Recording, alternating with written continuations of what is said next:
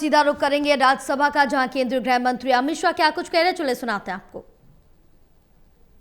मानना है कि ये जो आपका निर्णय है, सदन का निर्णय है कि वंदे मातरम के 150वें साल के प्रवेश पर ये महान सदन वंदे मातरम के भाव के लिए, वंदे मातरम के यशोगान के लिए और वंदे मातरम को चिरंजीव बनाने के लिए एक चर्चा करे और इस चर्चा के माध्यम से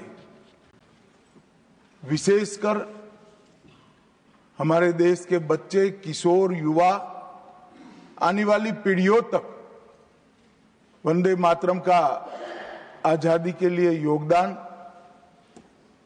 वंदे मातरम गान की रचना में राष्ट्रभक्ति और राष्ट्र की संस्कृति के प्रति समर्पण का जो भाव है, उसका आने वाले महान भारत की रचना में योगदान, इसके संकल्प के साथ जुड़ाव, ये सभी चीजों से हमारी आने वाली पीढ़ियां भी युक्त हो।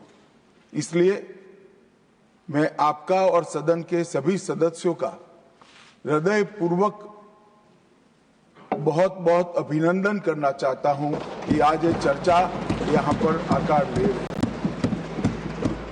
महोदय, हम सब सौभाग्यशाली है कि हम एक ऐतिहासिक पल के साक्षी भी बन रहे हैं और इसमें हिस्सा भी ले रहे हैं।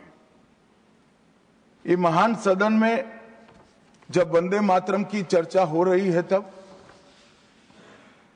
कल कुछ सदन सदस्यों ने लोकसभा में प्रश्न उठाया था कि आज वंदे मातरम की चर्चा, वंदे मातरम पर चर्चा की जरूरत क्या है।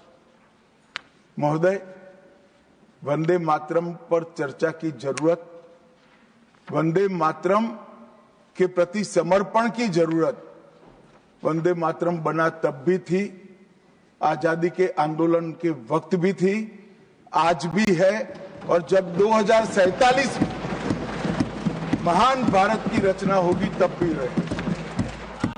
क्योंकि अमर कृति मां भारती के प्रति, भारत माता के प्रति समर्पण, भक्ति और कर्तव्य के भाव जागृत करने वाली कृति है। इसलिए जिनको आज वंदे मातरम की चर्चा क्यों हो रही है वो समझ में नहीं आ रहा है। मुझे लगता है कि उन्होंने नए सिरे से अपनी समझ पर ही सोचने की जरूरत है। कुछ लोगों को इसमें दिखता है कि बंगाल में चुनाव आने वाला है, इसलिए वंदे मातरम की चर्चा हो रही है। वो वंदे मातरम के महिमा मंडन को बंगाल के चुनाव के साथ जोड़कर कम करना चाहते हैं। ये सही है कि वंदे मातरम की रचनाकार बंकिम बाबू बंगाल में पैदा हुए, बंगाल में गीत की रचना हुई और आनंद मठ, जिसमें बाद में वंदे मातरम समाहित हुआ, उसकी पृष्ठभूमि भी बंगाल थी।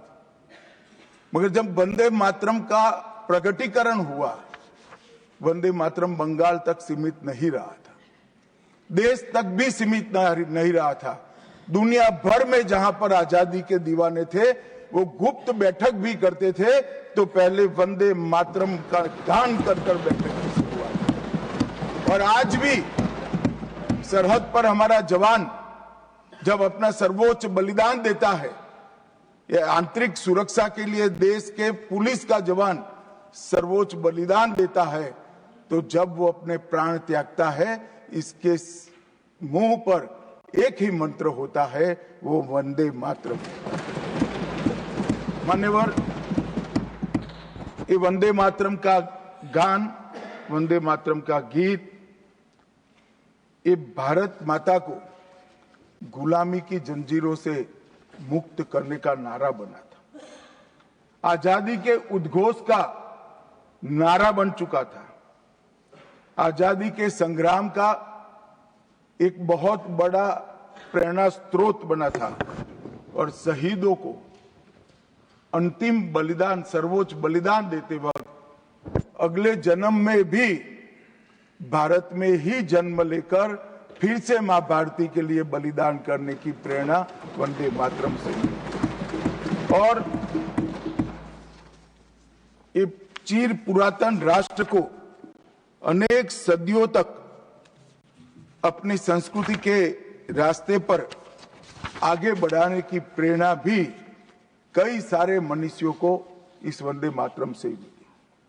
वंदे मातरम की दोनों सदनों में इस चर्चा से, वंदे मातरम के महिमा मंडन से, वंदे मातरम के गौरव गान से हमारे बच्चे, किशोर, युवा और आने वाली कई पीढ़ियां वंदे मातरम के महत्व को भी समझेगी और उसको राष्ट्र के पुनर्निर्माण का एक प्रकार से आधार भी बनाएगी।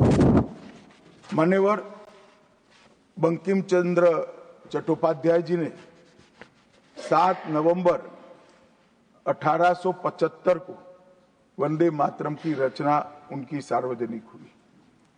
यह दिन कार्तिक शुक्ल नवमी का था। अक्षय नवमी या जगदात्री पूजा के रूप में यह दिन मनाया जाता है। और जब रचना की तब शुरू में कुछ लोगों को लगा कि एक उत्कृष्ट साहित्यिक कृति है, परंतु देखते देखते देखते वंदे मातरम का एक गीत देशभक्ति, त्याग और राष्ट्रीय चेतना का प्रतीक बन गया, जिसने हमारे आजादी के आंदोलन का रास्ता प्रशस्त किया। और कब वंदे मातरम की रचना हुई? वंदे मातरम की रचना की पृष्ठभूमि हम सब ने जरूर याद करनी चाहिए। उसकी पृष्ठभूमि में सदियों तक इस्लामिक आक्रमण को झेलकर इस देश की संस्कृति और इस देश का इतिहास झंझोड़ने का काम, शीर्ण वीर्ण करने का काम हुआ था। उसके बाद अंग्रेजों ने अपने शासन के काल में, भारत के गुलामी के काल में एक नई सभ्यता, एक नई संस्कृति हमें थोपने का प्रयास किया था। और उस वक्त ये वंदे मातरम का रचना बंकिम बाबू ने की और वो रचना के अंदर बहुत बारीकी से जो हमारी मूल सभ्यता थी, हमारा सांस्कृतिक राष्ट्रवाद था, देश को माता के रूप में कल्पना कर कर देश की माता के रूप में जो कल्पना की, इसकी आराधना करने की हमारी परंपरा थी, उसको उन्होंने पुनः प्रस्तापित किया था। और इसीलिए ये गीत देखते देखते कोई प्रचार के बगैर, उस वक्त ना सोशल मीडिया था, ना प्रचार के कोई साधन थे, उल्टा जो सरकार थी वो तो उसको रोकना चाहती थी, प्रतिबंध लगाती थी। वंदे मातरम बोलने वालों पर कोड़े बरसाए जाते थे, जेल में डाल दिए जाते थे। फिर भी वो सारे प्रतिबंधों को पार कर कर हर एक व्यक्ति के मन को भी छुआ, आत्मा को भी छुआ और अनेक प्रताड़नाएं झेलते हुए भी वंदे मातरम कश्मीर से कन्याकुमारी तक फैल गया। मान्यवर, ये एक प्रकार से भारत के संस्कृति के प्रति श्रद्धा रखने वाले सभी लोगों को पुनः जागरण का मंत्र बन गया। गुलामी के कालखंड में कई मंदिर, विश्वविद्यालय, कला केंद्र, हमारी कृषि व्यवस्था है, हमारी शिक्षा व्यवस्था, कई सारी लाइब्रेरी अस्त व्यस्त हो गई, तोड़ दी गई, शीर्ण वीर्ण कर दी गई, मगर हमारी संस्कृति, उसके भाव को हमारे जनमानस से कोई नहीं मिला। मगर एक जरूरत थी वो भाव को जागरूक करने की और वो भाव को पुनः संगठित करने की। उसी वक्त बंकिम बाबू ने वंदे मातरम की रचना की और देखते देखते वंदे मातरम का नारा अक्रॉस द कंट्री, पूरे देश में ट्रैवल कर गया मान्यवर, और अंडमान निकोबार की जेलों तक पहुंच गया। उसको ना अंग्रेज रोक सके, ना अंग्रेजों की सभ्यता को स्वीकारने वाले लोग रोक सके। मान्यवर, वंदे मातरम ने एक ऐसे राष्ट्र को जागरूक किया जो अपनी दिव्य शक्ति को भुला चुका था। राष्ट्र की आत्मा को जागरूक करने का काम वंदे मातरम ने किया। यह इसीलिए महर्षि अरविंद ने कहा, वंदे मातरम भारत के पुनर्जन्म का मंत्र है। श्री अरविंद का ये वाक्य, इसका गर्भित अर्थ वो वंदे मातरम की महत्ता को बताता है।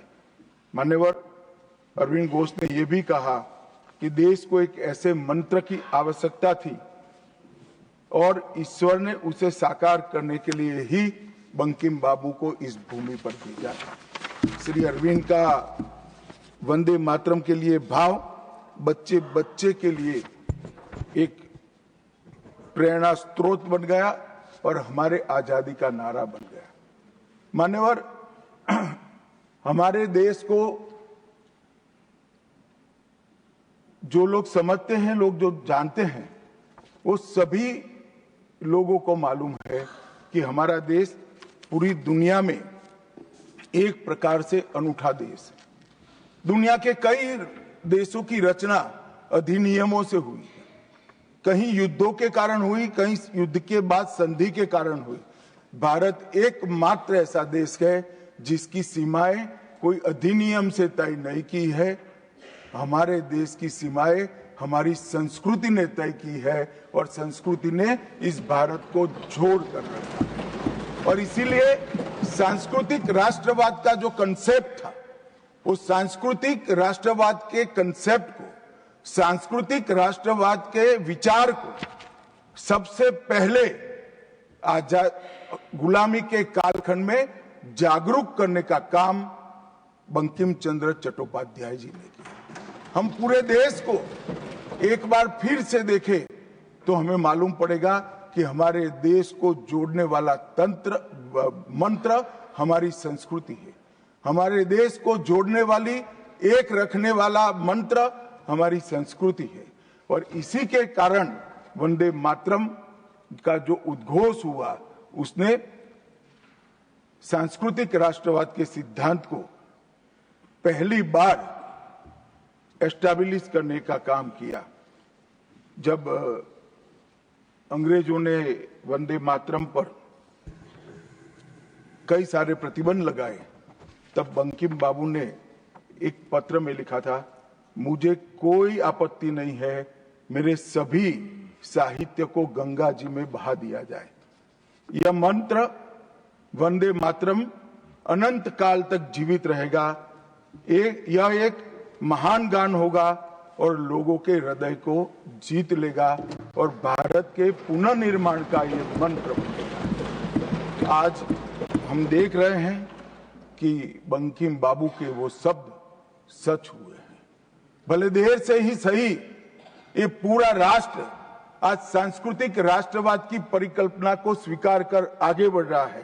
और मान्यवर, हम सब जो भारत माता की संतानें हैं, वो मानते हैं कि ये देश कोई जमीन का टुकड़ा नहीं है। वो उसको हम माँ के रूप में देखते हैं और उसका भक्ति गान भी करते हैं, और वो भक्ति गान की अभिव्यक्ति ही वंदे मातरम है। मान्यवर, आज मैं सदन में जब ये चर्चा हो रही है तब बताना चाहता हूं, वंदे मातरम की रचना में हमारे जीवन में देश की, भारत माता की कल्पना का जो योगदान है, उसको बहुत अच्छे तरीके से भावना के साथ वर्णन किया है। जल, फल और समृद्धि तीनों की दायिनी भारत माता को बताया गया। शोभित पुष्पों से मन को प्रफुल्लित करने वाली भी भारत माता को बताया गया। सरस्वती, लक्ष्मी, दुर्गा, ये तीनों का जो स्वरूप है वो भारत माता है। एक प्रकार से हमारा समृद्धि, हमारी सुरक्षा, हमारा ज्ञान, हमारा विज्ञान, ये सब भारत माँ की ही कृपा है और उसकी आराधना से ही प्राप्त हो सकता है। इतना बड़ा एक संकल्प बंकिम बाबू ने रखा। दुर्गा की वीरता लक्ष्मी की संपन्नता और सरस्वती की मेघा, ये तीनों हमें भारत माँ की कृपा ही दे सकती है, यह मिट्टी ही दे सकती है। इसीलिए इसको बार बार प्रणाम करना चाहिए, माँ को प्रणाम करना चाहिए। मान्यवर, एक प्रकार से जिसकी उद्घोषणा 150 साल पहले बंकिम बाबू ने की, ये विचार तो बहुत चिर पुरातन है। रामायण के अंदर प्रभु श्री राम ने भी जब उनको सलाह दी गई कि इतनी वैभवशाली लंका है, आप लंका जीत ही लिए हो, तब अयोध्या जाकर क्या करना है, यहीं रह जाते हैं। तब उन्होंने कहा कि माता और मातृभूमि ईश्वर से भी बड़ी होती है, मैं माता और मातृभूमि का त्याग करूं। मातृभूमि के महिमा मंडन प्रभु श्री राम ने भी किया। मातृभूमि का महिमा मंडन आचार्य शंकर ने भी किया और मातृभूमि का महिमा मंडन आचार्य चाणक्य ने भी किया। ये सभी ने समय समय पर हमारे अस्तित्व को मातृभूमि के साथ जोड़ने का काम किया। मातृभूमि ही हमें पहचान देती है, वो ही हमें भाषा देती है, वो ही सभ्य जीवन जीने की संस्कृति का आधार बनाती है और वो ही हमारे जीवन को ऊपर उठाने का अवसर देती है। इसलिए मातृभूमि से ज्यादा कुछ हो नहीं सकता। ये भाव जो चिर पुरातन भाव था, उसको बंकिम बाबू ने पुनर्जीवित किया और वो घनघोर रात्रि जैसे गुलामी के कालखंड के अंदर जैसे एक बिजली प्रकाश फैला देती है, उसी प्रकार से वंदे मातरम के गान ने घनघोर अंधेरे के अंदर, जन जन के अंदर गुलामी की मानसिकता छोड़कर आजादी की प्राप्ति, स्वराज की प्राप्ति का एक जोश जगाने का काम किया। मान्यवर, महर्षि अरविंद ने वंदे मातरम को गीत नहीं, हमारी आध्यात्मिक शक्ति का प्रतीक माना। उन्होंने बहुत सुंदर तरीके से वर्णन किया है कि स्थूल, सूक्ष्म और कारण तीनों प्रकार से वंदे मातरम भारत की शक्ति को जगाता है। स्थूल शरीर, वंदे मातरम का उच्चारण हमारी शरीर में शक्ति और उत्साह भरता है। राष्ट्रभक्ति की क्रिया प्रक्रिया शक्ति को जगाती है। सूक्ष्म शरीर हमारे भावनाएं, हमारे विचारों को वो शुद्ध करता है और हमारी चेतना को वो जागरूक करता है। और कारण आध्यात्मिक शरीर में भी उन्होंने कहा कि बंकिम बाबू एक ऋषि चेतना से प्राप्त मेघा से ही वंदे मातरम की रचना की है। और बहुत अच्छे तरीके से उन्होंने कहा, यह गीत केवल देशभक्ति की, देश प्रेम की अभिव्यक्ति नहीं है, बल्कि भारत माता की दिव्य शक्ति का आह्वान है। भारत की मूल चेतना, सनातन शक्ति, उसको पुनर्जीवित करने का ये वंदे मातरम मंत्र है। और इसीलिए आजादी के वक्त सभी हमारे नेताओं ने वंदे मातरम को आजादी के आंदोलन का आधार बनाने का काम किया। कई सारे हमारे आजादी के संग्राम के सेनानी जिनको अंग्रेजों ने फांसी पर चढ़ाया, इस सब में एक चीज सामान्य निकल कर आती है, तो फांसी के तख्ते पर चढ़ते चढ़ते जो शहीद अंतिम शब्द बोले, वो सभी के मुंह से वंदे मातरम ही निकला। स्वदेशी का आह्वान करना हो, विदेशी माल का बहिष्कार करना हो, राष्ट्रीय शिक्षा का आह्वान जगाना हो, हर वक्त राष्ट्रभक्ति जगाते वक्त वंदे मातरम का उद्घोष इस देश ने सुना भी, इस देश ने महसूस भी किया। पंजाब के गदर आंदोलन में वंदे मातरम के शीर्षक से कई पर्चे बांटे गए। महाराष्ट्र में वंदे मातरम के विशेष अंक गणपति और शिवाजी के उत्सव में बांटे जाते थे। तमिलनाडु में सुब्रह्मण्यम भारती जी ने तमिल अनुवाद कर हिंद महासागर को भी क्रांति की चेतना से आंदोलित कर दिया था। मान्यवर, 1907 में कलकत्ता में वंदे मातरम नाम का एक अंग्रेजी अखबार शुरू हुआ, जिसके संपादक महर्षि अरविंद थे। ब्रिटिश सरकार ने उसको सबसे खतरनाक राष्ट्रवादी पत्र माना। वो राष्ट्रवादी भी कहते थे और खतरनाक भी कहते थे। और श्री अरविंद पर राजद्रोह का मुकदमा भी चला और उनको सजा भी गई। अंततोगत्वा उसको प्रतिबंधित कर दिया। मान्यवर, कांग्रेस के अधिवेशनों ने भी वंदे मातरम के महिमा मंडन को, वंदे मातरम के गान को गाया। 1896 में गुरुवर टैगोर ने कांग्रेस अधिवेशन में इसको पहली बार सार्वजनिक रूप से गाया। 1905 में कांग्रेस के वाराणसी अधिवेशन में महान कवियत्री गायिका सरला देवी चौधरानी ने पूर्ण वंदे मातरम का गायन किया। और 15 अगस्त 1947 को जब देश आजाद हुआ, सुबह 6:30 बजे सरदार पटेल के आग्रह पर पंडित ओमकार नाथ ठाकुर जी ने आकाशवाणी से अपने मधुर स्वर में वंदे मातरम का गान कर देश को भावुक कर दिया। और ये सभी भावना को देखते हुए संविधान सभा की अंतिम बैठक 24 जनवरी 1950 को संविधान सभा के अध्यक्ष राजेंद्र प्रसाद जी की अध्यक्षता में जो हुई, उसमें राष्ट्रगान के बराबर सम्मान देते हुए वंदे मातरम को राष्ट्रगीत घोषित करने का काम किया। मान्यवर, मैं कल देख रहा था, कांग्रेस के कई सदस्य आज वंदे मातरम की चर्चा क्यों जरूरी है और इसको एक राजनीतिक हथकंडा या तो मुद्दों पर से ध्यान भटकाने का एक हथियार मानते थे। मान्यवर, मुद्दों पर चर्चा करने से कोई नहीं डरता है। संसद का बहिष्कार हम नहीं करते हैं। संसद का बहिष्कार अगर करना है, संसद का बहिष्कार न करे, संसद चलने दे, तो सब मुद्दों पर चर्चा होगी। हमें कुछ डरने जैसा नहीं है, छिपाने जैसा नहीं है। कोई भी मुद्दा हो, हम चर्चा करने के लिए तैयार है। परंतु वंदे मातरम के गान की चर्चा को, वंदे मातरम के गान पर की चर्चा को टालने की ये मानसिकता ये नई नहीं है। मान्यवर, ये तो वंदे मातरम का 150वां साल है।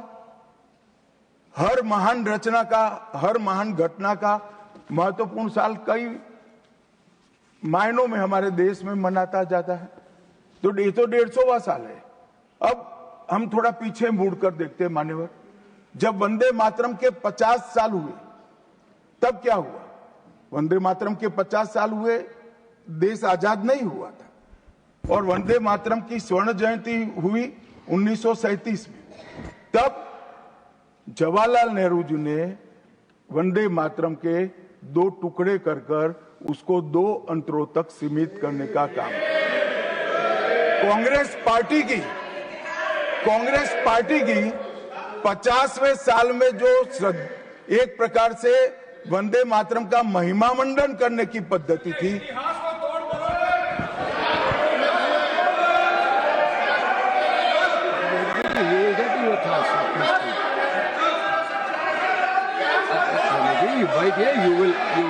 you will get your chance to speak, na? Unless he yields, unless he yields, how I can? Unless he yields, how I can? मान्यवर, 1 मिनट में उनको बहुत समय दिया गया, अपने समय पर बोले ना, मुझे कोई आपत्ति नहीं। आपका समय, खड़गे साहब आपका समय आएगा। Garge ji, सभापति you are going to get your time. Please wait. Garge ji, you are going to get your time. Please wait. Let him speak.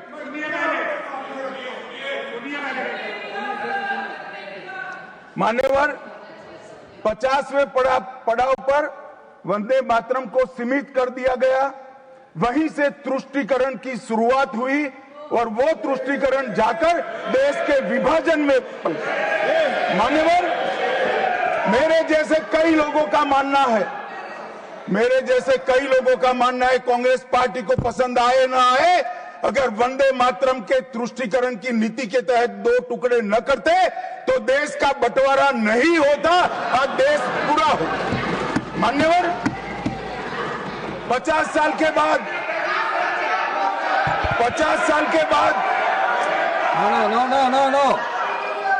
No, nothing will 50 साल go के on बाद record except honorable minister's speech. Please. मान्यवर, 50 साल के बाद वंदे मातरम 100 साल का हुआ। सबको था कि 100 साल मनाए जाएंगे, 100 साल मनाए जाएंगे, मगर 100 साल हुआ तब वंदे मातरम का महिमा मंडन का सवाल ही नहीं था, क्योंकि वंदे मातरम बोलने वाले जो सारे लोग थे उनको इंदिरा जी ने जेल में बंद कर दिया। इस देश में आपातकाल लगाया गया। विपक्ष के लाखों लोगों को, लाखों समाज सेवियों को, स्वयंसेवी संगठन के लोगों को जेल में भर दिया गया। कोई कारण के बगैर अखबारों पर ताले लगा दिए गए। यहां तक कि आकाशवाणी में उस वक्त एक ही माध्यम था, आकाशवाणी में किशोर कुमार की आवाज ही नहीं आती थी, ड्यूएट गाने भी लता जी की आवाज में ही आते थे। मान्यवर, पूरे देश को जब वंदे मातरम 100 साल का हुआ, पूरे देश को बंदी बनाकर रख दिया। और कल 150वां साल है। 150वें साल में लोकसभा में चर्चा हुई। साहब, ये कांग्रेस पार्टी की स्थिति देखिए। जिस कांग्रेस पार्टी के अधिवेशनों की शुरुआत गुरुवर टागोर जैसे लोग वंदे मातरम गा कर कराते थे। वंदे मातरम कांग्रेस पार्टी के आजादी के आंदोलन का एक मंत्र बना था। वो वंदे मातरम के महिमा मंडन करने के लिए जब लोकसभा में चर्चा हुई, गांधी परिवार के दोनों सदस्य नदारद थे, दो में से एक भी। वंदे मातरम का विरोध आज भी जवाहरलाल नेहरू से लेकर आज के कांग्रेस के नेतृत्व तक कांग्रेस के खून के अंदर बसा। मान्यवर,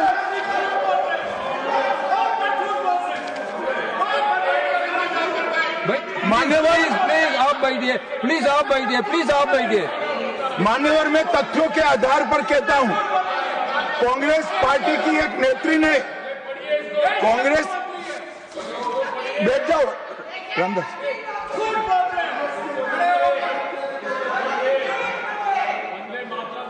अरे दिग्विजय जी, अब नौकरी पक्की है इस आयु में, क्या कर रहे हो भैया? अब नहीं जाएगी नौकरी। मान्यवर, मैं जो कह रहा हूं वो रिकॉर्ड का हिस्सा है दूसरे सदन का। मान्यवर, दूसरे सदन की चर्चा में कांग्रेस पार्टी की एक प्रमुख नेत्री ने कहा है कि वंदे मातरम की आज चर्चा की कोई जरूरत नहीं है।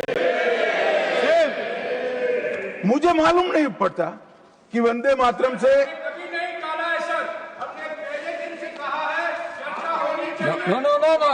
रमेश जी क्या कहा? रमेश जी प्लीज बैठिए, प्लीज आप बैठिए जी। साहब, माननीय सदस्य जयराम जी का प्रॉब्लम है कि वो सिर्फ विपक्ष की ही बात सुनते हैं, अपने नेताओं की बात को सुनते नहीं है। मैंने ऐसा नहीं कहा, आपने कहा है। मैंने ऐसा कहा कि लोकसभा में चर्चा में कांग्रेस पार्टी की एक प्रमुख नेत्री ने कहा है कि अभी इस समय वंदे मातरम की चर्चा की कोई जरूरत नहीं। ये रिकॉर्ड पर है, रिकॉर्ड पर।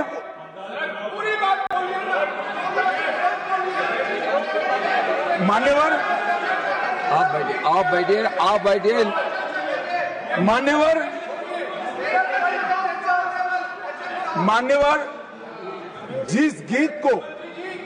जिस गान को महात्मा गांधी ने राष्ट्र की शुद्धतम आत्मा से जुड़ा हुआ गीत कहा, बिपिन चंद्र पाल ने एक राष्ट्र धर्म है जिसमें राष्ट्रभक्ति और कर्तव्य दोनों समाहित है, जिसकी अभिव्यक्ति वंदे मातरम करता है। वो वंदे मातरम का टुकड़ा करने का काम भी कांग्रेस पार्टी ने किया था। मान्यवर, अंतर्राष्ट्रीय स्तर पर भी वंदे मातरम ने हमारे आजादी के आंदोलन को गति देने का काम किया। श्यामजी कृष्ण वर्मा, मैडम भिखाजी कामा और वीर सावरकर ने जो भारत का त्रिवर्ण ध्वज निर्मित किया था, उस पर स्वर्णिम अक्षर में एक ही नाम था, वंदे मातरम। मान्यवर, बर्लिन के ओलंपिक्स में भी 1936 में गुलामी के कालखंड में भी जब हमारे हॉकी की हमारी टीम को उत्साह की जरूरत थी, प्रेरणा की जरूरत थी, कोच ने लाइन में खड़े कर भावपूर्ण तरीके से वंदे मातरम का गान किया और हम गोल्ड मेडल जीतकर आ गए। मान्यवर, भारतीय जनता पार्टी की रचना हुई तब से हमारी तो पार्टी की रचना ही सांस्कृतिक राष्ट्रवाद और ये देश अपने मूल संस्कृति के आधार पर, मूल विचारों के आधार पर चलना चाहिए, पाश्चात्य संस्कृति के आधार पर नहीं चलना चाहिए। इसीलिए हमारी पार्टी की स्थापना थी। मान्यवर, इस संसद में वंदे मातरम के गान को बंद करा दिया है।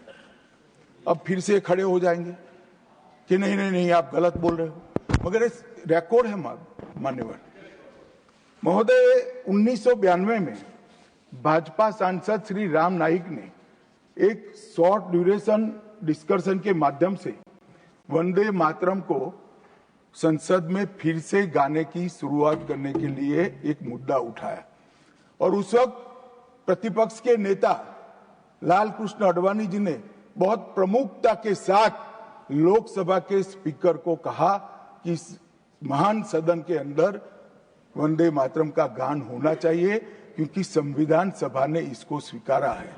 और फिर लोकसभा ने सर्वानुमत से 1992 में वंदे मातरम के गान की शुरुआत की। मान्यवर, हम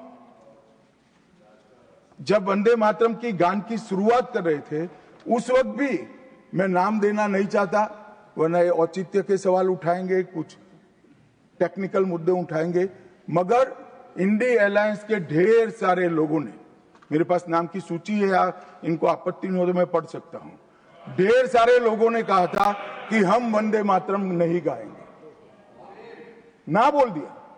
और मैंने मेरी आंख से देखा है कई सारे सदस्य वंदे मातरम होता है तो वंदे मातरम के गान के पहले संसद में बैठे होते हैं तो भी खड़े होकर बाहर चले जाते हैं। मैं आपको विश्वास से कह सकता हूं मान्यवर, ये कह रहे हैं कि कांग्रेस पार्टी पर झूठे आरोप लगाए। मैं विश्वास से कह रहा हूं, भारतीय जनता पार्टी का एक भी सदस्य वंदे मातरम के गान के वक्त सम्मान के साथ खड़ा न हो, ऐसा हो ही नहीं सकता, क्योंकि वंदे मातरम के गान के प्रति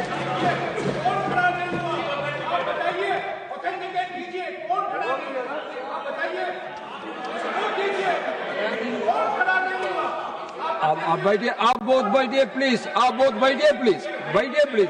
You will get your chance to speak. You can say your opinion when the turn comes to you.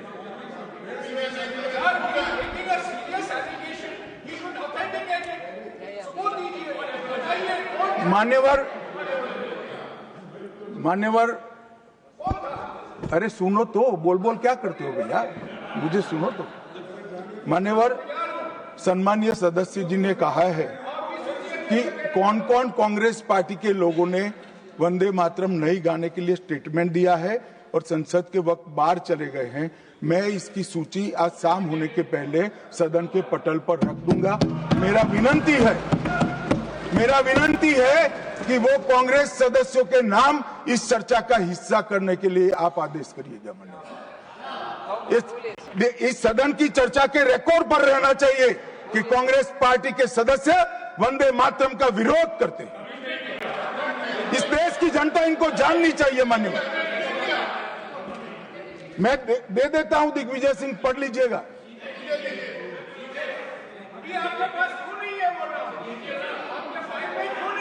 मान्यवर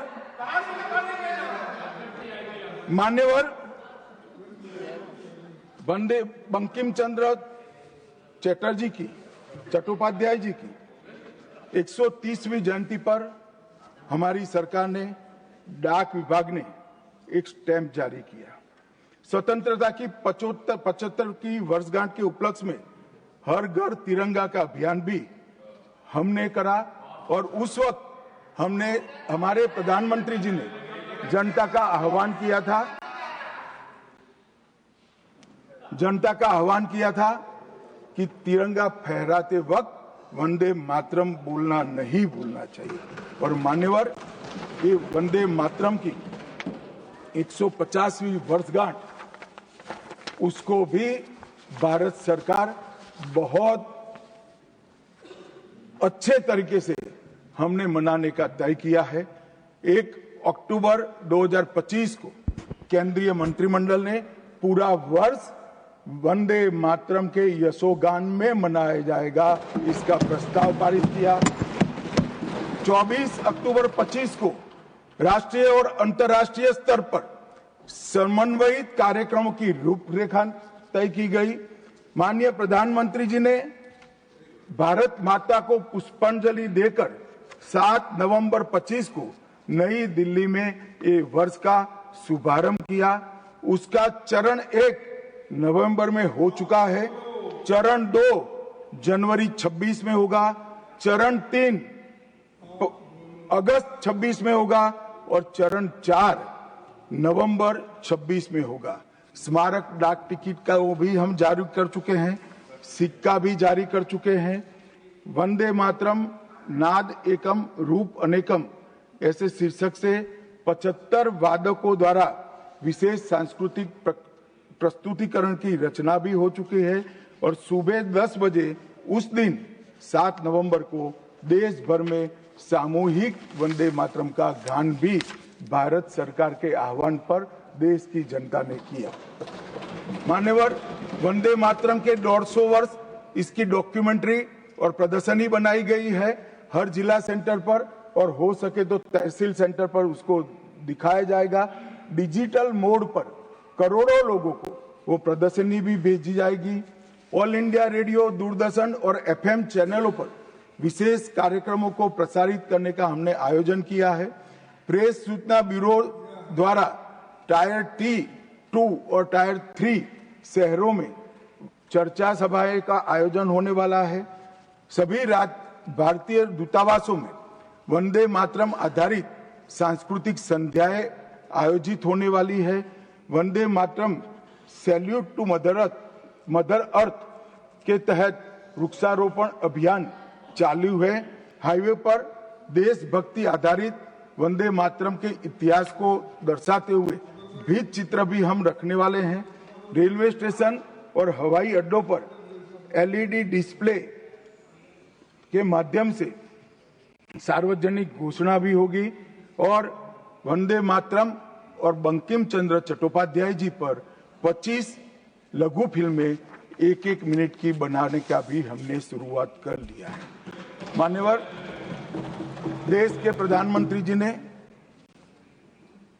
लाल किले से अमृत काल के लिए पंच प्रण की घोषणा की थी। इसमें एक, जब देश आजादी की शताब्दी मनाता हो उस वक्त विकसित भारत का लक्ष्य हमने तय करना है।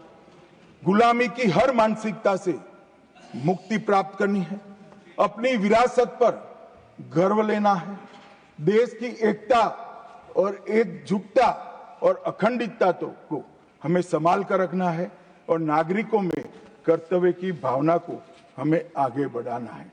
मान्यवर, जब देश के आजादी के 75 साल हुए, कोरोना काल होने के बावजूद 2 साल तक पूरे देश के हर गांव-गांव में आजादी के अमृत महोत्सव को मनाया गया।